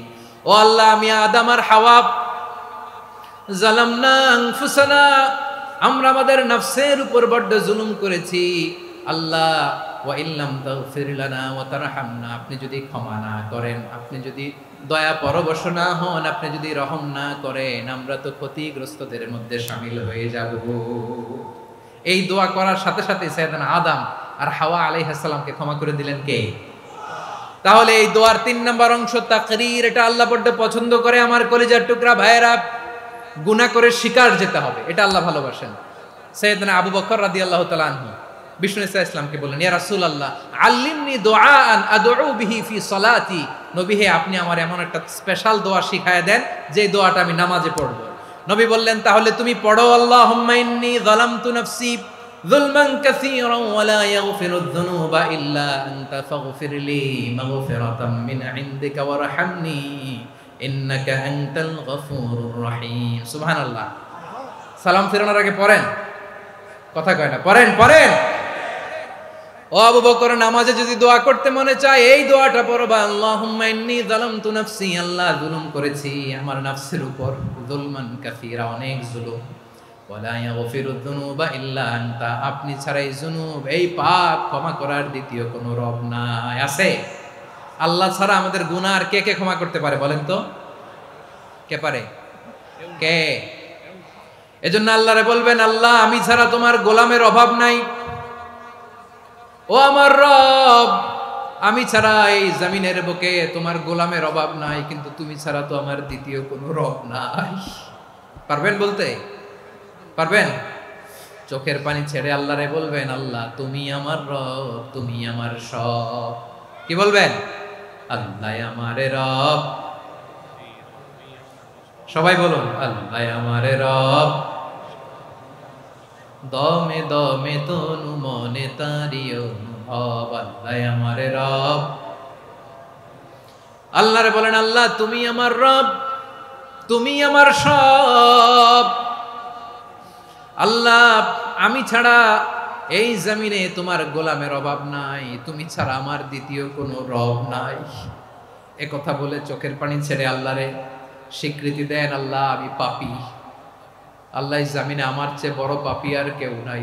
অজু করে সিজদায় লুটিয়ে পড়ে চোখের পানি ছেড়ে আল্লাহরে পাপের স্বীকৃতি দেন, আল্লাহ এমন কোন জুলুম নাই, গুনাহ নাই আমি করি নাই, সগীরা কবিরা, জেনে না জেনে, ইচ্ছায় অনিচ্ছায়, শিরকি বেদাতি সব গুনাহ করেছি। আল্লাহ আকাশের নিচে জমিনের উপরে আমার চেয়ে বড় গুনাহগার আর কেউ নাই। চোখের পানি ছেড়ে আল্লাহরে বলেন, আল্লাহ আমি ছাড়া তোমার গোলামের অভাব নাই, তুমি ছাড়া আমার দ্বিতীয় কোনো রব নাই, তুমি ছাড়া তো কেউ আমার গুনাহ ক্ষমা করার নাই, তুমি আমার রব, তুমি আমার সব। বলতে পারবেন? এই তাকরীর আমার পটুয়াখালীর ভাইয়া, এই স্বীকৃতিটা দেখতে আল্লাহ বড্ড ভালোবাসেন, কারণ আমরা সবাই গুনাহগার। আমরা সবাই কি? বিশ্বনবী বলেন কুল্লুকুম খাত্তাউন, আ বানি আদম তোমরা সবাই পাপী। সবাই কি? সবাই পাপী। আমরা সবাই পাপী, আপন পাপের বাটখারা দিয়ে অন্যের পাপ মাপি। আমরা যে পাপী এটা ভাবতে মনে চায় না কারণ, খালি অন্যের পাপ দেখি আমরা, এটা ভুল। ওর এই পাপ, ও পাপী, ও জালেম, ও জাহান্নামী, এরকম একটা টেন্ডেন্সি। আমার যে কি হালাত এটার খেয়াল নাই। খেয়াল করতে হবে যে আমি সবচেয়ে বড় পাপী, ঠিক কিনা বলেন? পাপ করি নাই এমন কেউ আছি? হ্যাঁ আছি, আছি। কেউ না জানলেও জানে কে আমার পাপের ঘটনা? পৃথিবী না জানুক আমি তো জানি, আমি কি পাপ করেছি হায়। ও আমার কলিজার টুকরা ভাইয়েরা, মাথাটাকে নিচু করে জীবনের সব গুনার ফিরিস্তিগুলো একটা একটা করে স্বীকার করে আল্লাহরে বলেন, আল্লাহ আমি পাপী, আল্লাহ আমার চেয়ে বড় পাপী এই দুনিয়াতে কেউ নাই, আকাশের নিচে জমিনের উপরে আমার চেয়ে বড় পাপী কেউ নাই। একটা একটা করে আল্লাহ স্বীকার করি আমি পাপী, সব পাপের স্বীকৃতি দিলাম। পৃথিবী না জানুক আমি তো জানি, আমি কি পাপ করেছি হায়। আমার পাপের করলে বিচার, বাঁচার আমার নাই উপায়। দয়াময় তুমি মাফ করো আমায়, মাফ করো আমায়। আল্লাহ তাআলা যদি দয়া করে আমাদেরকে মাফ না করে, আমাদের বাঁচার কোনো উপায় নাই। আপনি কি ভেবেছেন আপনার নামাজ দিয়ে আপনি জান্নাতে যাবেন? আপনি তাহাজ্জুদ গুজার, সেজদা দিতে দিতে কপালে দাগ ফেলেছেন, এটা আপনারা জান্নাতে নেবে না। আপনি এলাকার সবচেয়ে বড় হাতেম তাই দানশীল, এই দানের ভরসায় বসে আছেন, কুশিন কালো না। আমাদের নামাজ, আমাদের রোজা, আমাদের ইবাদত, এগুলোকে মিজানের পাল্লায় উঠালে কোনো ওজনই হবে না। তবে আমাদের একটা কৌশল জানা আছে, আমরা আল্লাহর রহমতের ভিখারি। আমরা সেদিন আগেই গুনার স্বীকৃতি দিয়ে দেব। আমরা বলবো, আল্লাহ তুমি প্রশ্ন করার আগে তোমার একটা কথা বলি, আমারে কিছু জিজ্ঞেস করো না, আমি সব করেছি। এমন কোন পাপ নাই যে পাপ আমারে দিয়ে হয় নাই। তোমার রহমত দিয়ে তুমি জান্নাতে পাঠাবা, তোমার দয়ায় জান্নাতে যেতে চাই, আমল দিয়ে না। পারবেন বলতে? কিয়ামতের দিন আমরা বলবো, আল্লাহ আমার আমল দিয়ে জান্নাত চাই না, আমি তোমার দয়া দিয়ে জান্নাত চাই। তোমার দয়া ছাড়া আমার কোনো উপায় নাই। কারণ আল্লাহ যদি বিচার করে বাঁচার কারো উপায় নাই। আল্লাহ যদি বলে ফেলেন তুই এটা করলি কেন, ওখানে গেলি কেন, কোরআনে 1000 বার নিষেধ করলাম তারপরেও এই পাপে জড়ালি কেন, এরকম প্রশ্ন ছুড়ে দিলে আমার উত্তর আছে? বাঁচার কোনো উপায় আছে? রোজ হাসরে হে আল্লাহ আমার করোনা বিচার, আল্লাহ করোনা বিচার। বিচার চাহিনা তব দয়া চাই, এ গুনাহগার আল্লাহ করোনা বিচার। আপনার আমল দিয়ে জান্নাতে যাবেন? কি দিয়ে যাবেন? আল্লাহর দয়া দিয়ে। আল্লাহর রহম আর দয়া ছাড়া কেউ জান্নাতের চেহারাও দেখতে পাবে না। আমার প্রিয় ভাইরা, এই দোয়া আল্লাহর কাছে পছন্দনীয় হওয়ার কারণ তিনটা। দোয়ার প্রথম অংশে আছে তাওহীদ, আল্লাহর একত্ববাদের ঘোষণা। এই দোয়ার দ্বিতীয় অংশ আছে তাসবিহ, আল্লাহর প্রশংসা সূচক বাণী। এই দোয়ার 3 নাম্বার অংশ পাপের স্বীকৃতি। তাহলে আমরা সবাই গুনাহগার। আমরা আল্লাহর কাছে পাপের স্বীকৃতি দিয়ে বলবো, ও আল্লাহ ইন্নী কুনতু মিনাজ জালিমিন, আমরা জুলুম করেছি, পাপ করেছি, অন্যায় করেছি, আল্লাহ বুঝতে পারি নাই। শয়তানের ওয়াসওয়াসায় পড়ে, বন্ধুর পাল্লায় পড়ে, নফসের খায়েশ মিটাতে যে আল্লাহ করে ফেলেছি। তুমি গুনাহ না মাফ না করলে আমাদের গুনাহ মাফ করার দ্বিতীয় কেউ নাই। ঠিক কিনা বলেন? এভাবে অনুতপ্ত হয়ে যদি আল্লাহর কাছে দোয়া করেন, দেয়ালে পিঠ থেকে গেছে, কোনো রাস্তা নাই বের হওয়ার, ওই মুহূর্তেও আপনাকে বিপদ থেকে উদ্ধার করবে কে? বিশ্বনবী চরম বিপদে পড়লে 2টা দোয়া পড়তেন। প্রথম হলো এটা, লা ইলাহা ইল্লা আনতা সুবহানাকা ইন্নী কুনতু মিনাল জালিমিন। এই দোয়াটা আমরা বেশি বেশি পড়ব প্রিয় ভাইরা। রাজি আছেন? সবাই আওয়াজ করে পড়ুন ইনশাআল্লাহ। আমার প্রিয় ভাইয়েরা, বিপদে পড়লে বিশ্বনবী আরো একটা দোয়া পড়তেন, লা ইলাহা ইল্লাল্লাহুল আযীমুল হালিম, লা ইলাহা ইল্লাল্লাহু রাব্বুল আরশিল আযীম, লা ইলাহা ইল্লাল্লাহু রাব্বুস সামাওয়াতি ওয়াল আরদি ওয়া রাব্বুল আরশিল কারীম। এই যে বললাম, রেকর্ড হয়ে গেছে। এখন তো আর ইনস্ট্যান্ট মুখস্থ না হলো, পরে মুখস্থ করে নেবেন। আল্লাহ ছাড়া কোনো উপাস্য নাই, তিনি সুমহান, মহা সহিষ্ণু। আল্লাহ ছাড়া কোনো উপাস্য নাই, তিনি সুমহান, আরশের অধিপতি। আল্লাহ ছাড়া কোনো উপাস্য নাই, তিনি আকাশের মালিক, জমিনের মালিক, তিনি সুবিশাল আরশের অধিপতি। সুবহানাল্লাহ পড়েন। এই দোয়াটা কেউ যদি পড়ে যদি এর ওসিলা করে দোয়া করে, তাকে বিপদ থেকে মুক্তি দেয় কে? মনে থাকবে আপনাদের? তাহলে বিপদের প্রথম ধাক্কায় কি যেন পড়তে হয়? ইন্না লিল্লাহ। তারপরে কি বলে আল্লাহর কাছে নিজেকে সঁপে দিতে হয়? দেয়ালে পিঠ থেকে গেলে লা ইলাহা ইল্লা আনতা সুবহানাকা ইন্নী কুনতু মিনাজ জালিমিন। 2 নাম্বার হচ্ছে লা ইলাহা ইল্লাল্লাহুল আযীমুল হালিম, লা ইলাহা ইল্লাল্লাহু রাব্বুল আরশিল আযীম, লা ইলাহা ইল্লাল্লাহু রাব্বুস সামাওয়াতি ওয়াল আরদি ওয়া রাব্বুল আরশিল কারীম। মনে থাকবে? ইনশাআল্লাহ বলেন সবাই, আওয়াজ করে সবাই ইনশাআল্লাহ। অনেক সময় এমন হয়, হঠাৎ বিপদের সম্মুখীন হই আমরা, রেডি হয়ে বের হইছে অফিসে, হঠাৎ অ্যাক্সিডেন্টে পড়ে যাই, হঠাৎ পেটের ব্যথায় অজ্ঞান, এরকম হয় না? আপনাদের হয় না? বিষ্ণু ইসলাম বলেন, আকস্মিক দুর্ঘটনার বিপদ থেকে যদি কেউ বাঁচতে চায়, সকাল সন্ধ্যা যেন প্রত্যেকে এই দোয়াটা পড়ে। সকালে যদি 3 বার পড়ে, সন্ধ্যা পর্যন্ত হঠাৎ হঠাৎ বিপদ থেকে সে রক্ষা পাবে। To be protected from sudden calamity, sudden disaster, sudden calamity. হঠাৎ বিপদ, হঠাৎ ভয়ঙ্কর কোন আকস্মিক বিপদ থেকে আল্লাহ বাঁচায় দিবে। সকালে পড়লে সন্ধ্যা পর্যন্ত প্রোটেক্টেড, সন্ধ্যাবেলায় যদি 3 বার পরে সকাল পর্যন্ত প্রোটেক্টেড। সুবহানাল্লাহ পড়েন। দোয়াটা কি? দোয়াটা হচ্ছে বিসমিল্লাহিল্লাযী লা ইয়াদুররু মা'a ইসমিহি শাইউন ফিল আরদি ওয়ালা ফিস সামাই ওয়া হুয়াস সামিউল আলিম। ছোট না? অনেক ছোট, মুখস্থ করবেন। বিসমিল্লাহিল্লাযী লা ইয়াদুররু মা'a ইসমিহি শাইউন ফিল আরদি ওয়ালা ফিস সামা ওই আল্লাহর নাম নিচ্ছি যে আল্লাহর নামের বরকতে আকাশ জমিনের কোনো কিছু কারো কোনো ক্ষতি সাধন করতে পারে না। তিনি সর্বশ্রোতা সর্বজ্ঞ। সুবহানাল্লাহ পড়েন, পড়বেন এই দোয়াটা। বিসমিল্লাহিল্লাযী লা ইয়াদুররু মা ইসমিহি শাইউন ফিল আরদি ওয়ালা ফিস সামাই ওয়া হুয়াস সামিউল আলিম। ফজরের পরে 3 বার, মাগরিবের পরে 3 বার যদি কেউ পড়ে প্রোটেক্টেড, যে কোনো হঠাৎ বিপদ থেকে প্রোটেক্টেড। প্রোটেক্ট করেন কে? ওই আল্লাহর নাম নিচ্ছি যে আল্লাহর নামের ওসিলায় আকাশ জমিনের কোনো কিছু কোনো ক্ষতি করতে পারে না। সুবহানাল্লাহ পড়েন। আচ্ছা, এবার আমাদের জীবনে দুশ্চিন্তা আছে না নাই বলেন? Tension, hyper tension, anxiety, depression, চিন্তা টেনশন নাই এরকম কে কে আছে দেখি, হাত তোলেন। ওই যে হাত তুলছে এক আল্লাহর ওলি, ওই যে টেনশন নাই তোমার, জোশের ঠেলায় ধাক্কায় তুলে ফেলছে। সবার জীবনে টেনশন আছে না নাই? এই দুশ্চিন্তা, পেরেশানি, মারাত্মক পেরেশানি থেকে মুক্তি পাওয়ার জন্য বিষ্ণু ইসলাম দুটো দোয়া পড়তেন। কয়টা?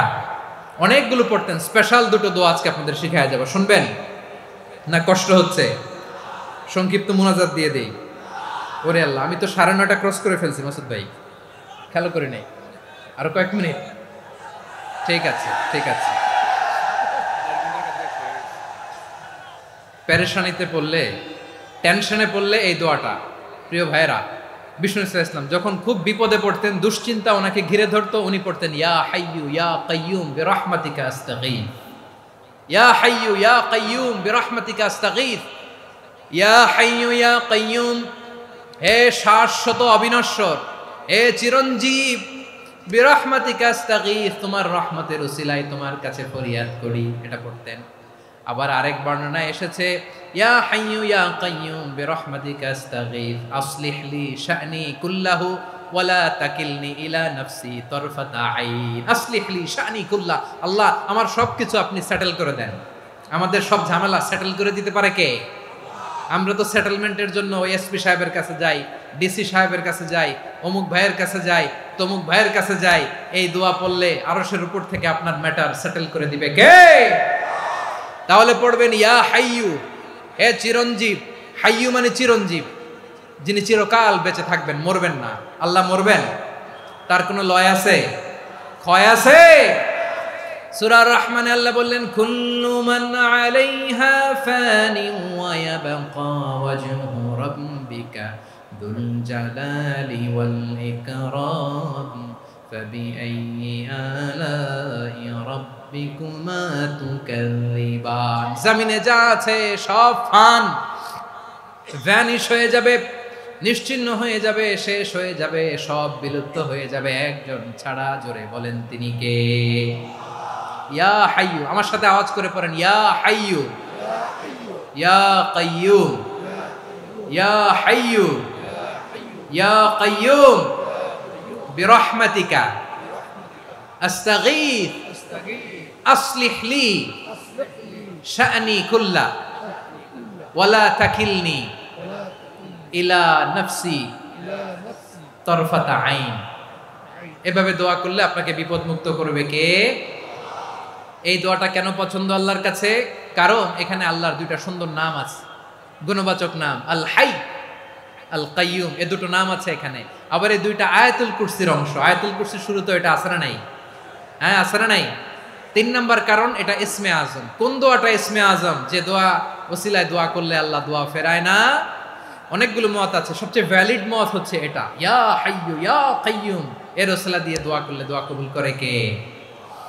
2 নম্বরে বিশ্বনবী মারাত্মক বিপদে পড়লে আরেকটা দোয়া পড়তেন, আল্লাহুম্মা ইন্নী আবদুক। আগে দোয়াটা পড়ি, শুনেন।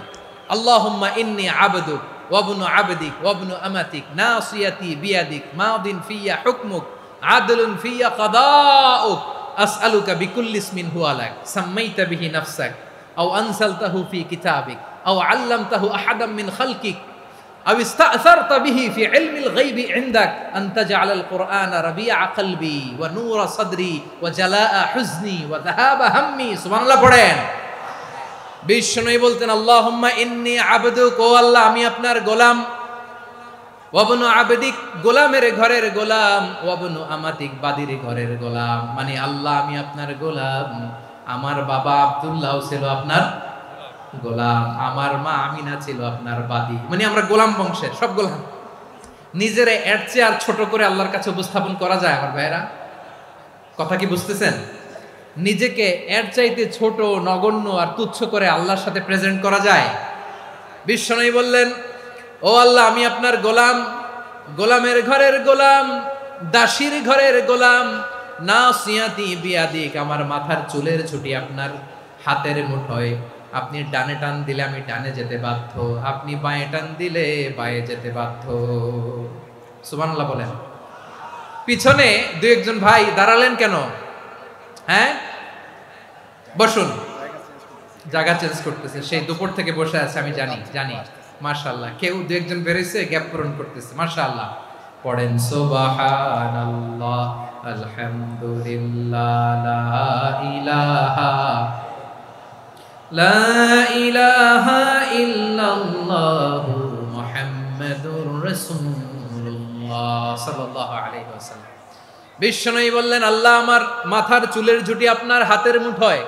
আচ্ছা, এইভাবে কাকে ধরা হয়? যে খুব ছোট, ঠিক কিনা?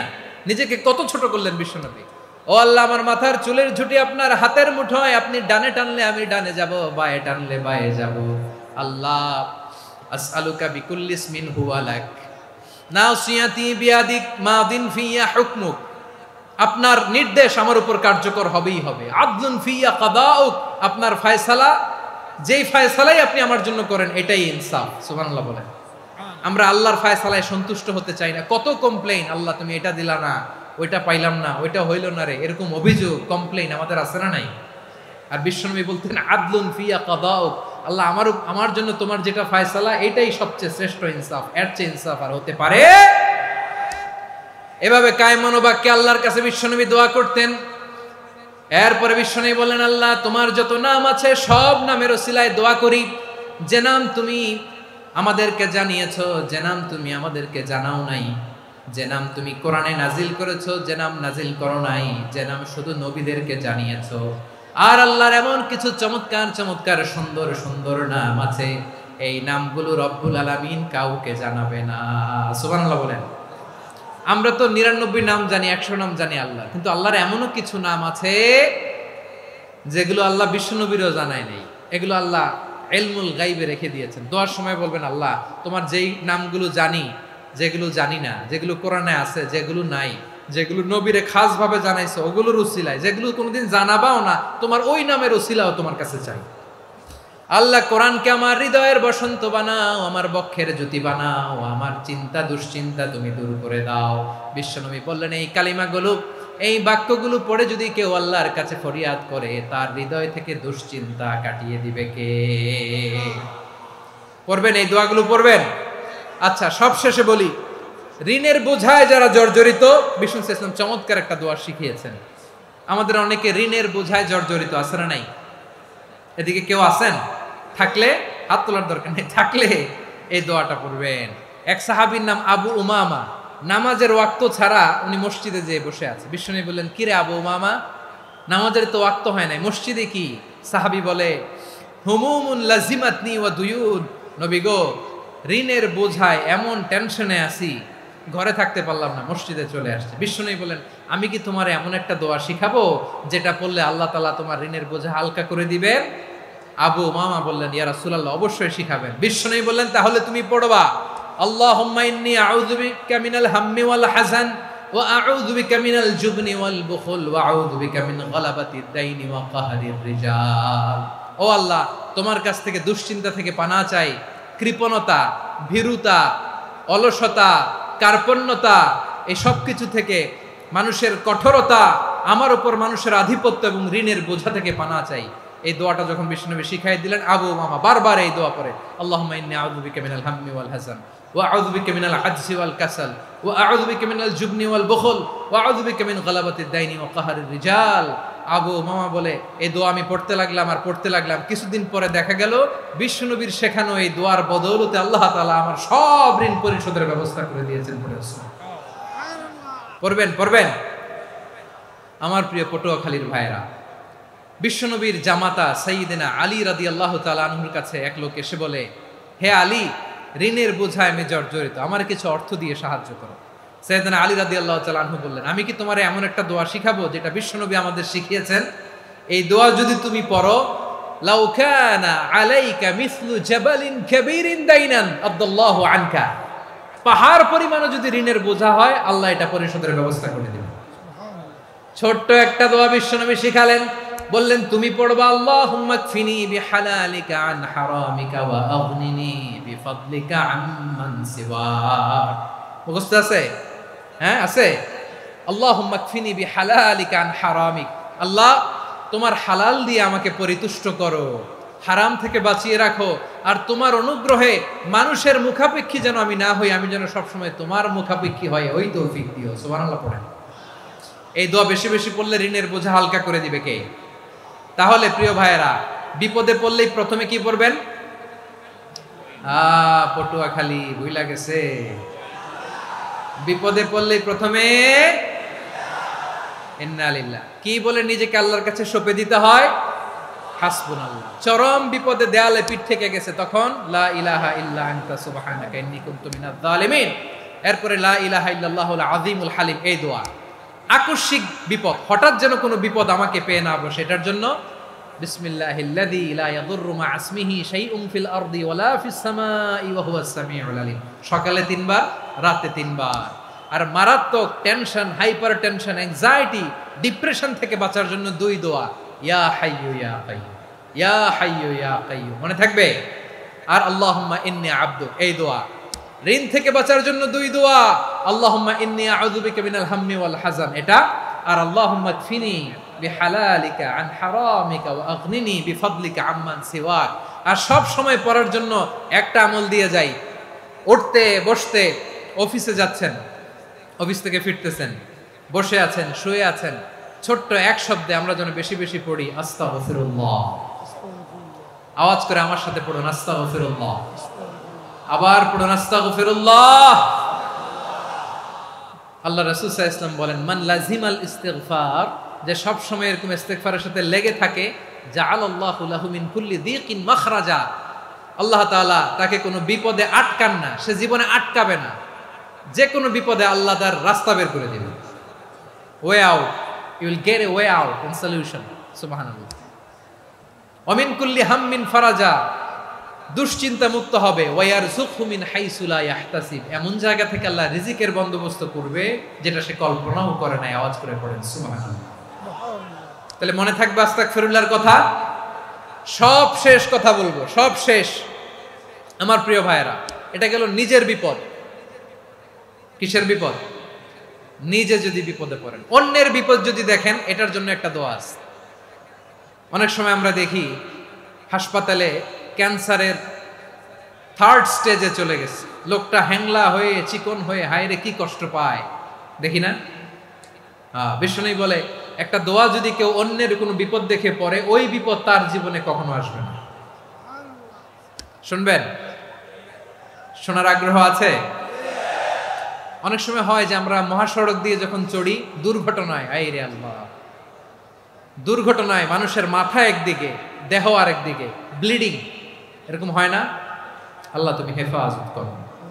বিশ্বনবী বলেন, এই দুর্ঘটনা দেখে কেউ যদি এই দোয়াটা পড়ে, তার জীবনে সে কোনোদিন এরকম অ্যাক্সিডেন্টের সম্মুখীন হবে না। শুনবেন? বিশ্বনবী বলেন, অন্যের বিপদ দেখে কেউ যদি পড়ে, আলহামদুলিল্লাহিল্লাযী আফানি মিম্মা বাতালাকা বিহি ওয়া ফাদ্দালানি আলা কাসীরিন মিম্মান খালাকা তাফদীলা, মানে প্রশংসা সে আল্লাহর, যে আল্লাহ তাআলা তোমাকে যেই জিনিস দিয়ে পরীক্ষা করেছে, আমাকে ওইটা থেকে বাঁচিয়ে দিয়েছে। তোমাকে আল্লাহ যেই বিপদে ফেলেছে, আমাকে ওই বিপদ থেকে তিনি মুক্ত রেখেছে, আর তার অনেক সৃষ্টির উপর আমাকে তিনি প্রাধান্য দিয়েছে। সুবহানাল্লাহ পড়েন। যে কোনো বিপদ, কারো ক্যান্সার দেখে যদি এই দোয়াটা আপনি বিশ্বাসের সাথে পড়েন, জীবনে কোনোদিন ক্যান্সার রোগে আক্রান্ত হবেন না। দুর্ঘটনা দেখে যদি পড়েন, ওই দুর্ঘটনা আপনাকে স্পর্শ করবে না। যে কোনো কারো বিপদ দেখে যদি কোনো বিশ্বাসী বান্দা এই দোয়া পড়ে, বিশ্বনবী বলেন, লাম ইউসিবহু যালিকাল বালা, ওই বিপদ তাকে আর ধরবে না। উফিয়া মিনহু মিন যালিকাল বালা কাইনাম মা কান, সে যতদিন হায়াত পাবে কোনোদিন ওই বিপদ তাকে স্পর্শ করবে না। এই দোয়াটা পড়তে রাজি আছেন আমার প্রিয় ভাইরা? তাহলে পুরো আলোচনার সেন্ট্রাল থিম হচ্ছে আমাদের জীবনে বিপদ আসবে, কষ্ট আসবে, দুঃখ আসবে, কিন্তু বিপদে আপদে আমরা হাল ছেড়ে দিব না, হতাশ হব না। মুমিন হতাশ হয় না, নিরাশ হয় না, হাল ছেড়ে দেয় না। মুমিন ভরসা রাখে একজনের উপর। আওয়াজ করে বলুন, যিনি কে? বিপদে পড়লে আমাদেরকে উদ্ধার করে কে? আবার আমাদেরকে যদি কোনো নেয়ামত আল্লাহ দিতে চান, ওইটা কেড়ে নেওয়ার ক্ষমতা কারো আছে? তাহলে আমরা কানেক্টিভিটি বাড়াবো কার সাথে? আমাদের প্রার্থনার ফরিয়াদের হাত তুলবো কার কাছে? রাজি আছেন পটুয়াখালীর ভাইয়েরা? মনে থাকবে কথাগুলো? আল্লাহ তাআলা আমাদের সবাইকে কথাগুলো বোঝার ও আমল করার তৌফিক দান করুন।